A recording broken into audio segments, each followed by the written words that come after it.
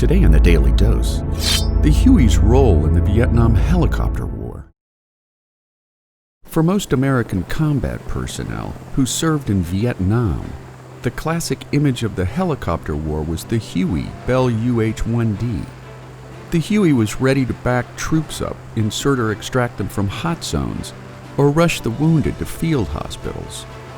While 11 different types of helicopters were deployed during the Vietnam War, the Huey became an indispensable asset in the jungle war against the Viet Cong, since its vertical takeoff and landing capabilities allowed soldiers to be rushed into dense jungles, valleys, or hilltops.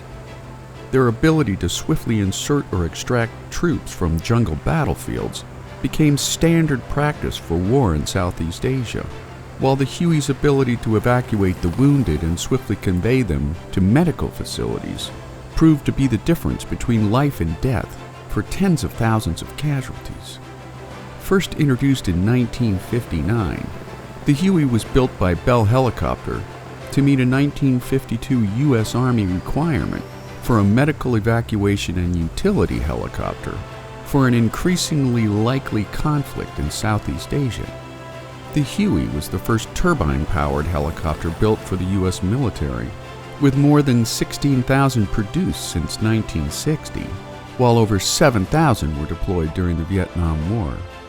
Crewed by 1 to 4 servicemen, the Huey has a maximum takeoff weight of 9,500 pounds, with a flight capacity of 14 troops or 6 occupied stretchers.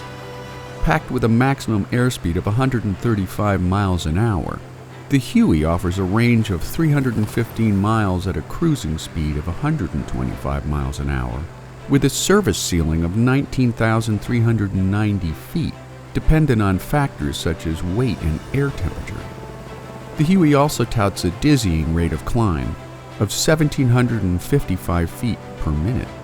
When communist-manned 12.7mm ground-based machine guns came on scene, known by American helicopter crews as 51 calibers, Hueys were mounted with a counter-arsenal of heavy machine guns until the M60 became the standard helicopter door armament on most Vietnam-era slicks, which first employed a swivel mount on top of a fixed pintle mount.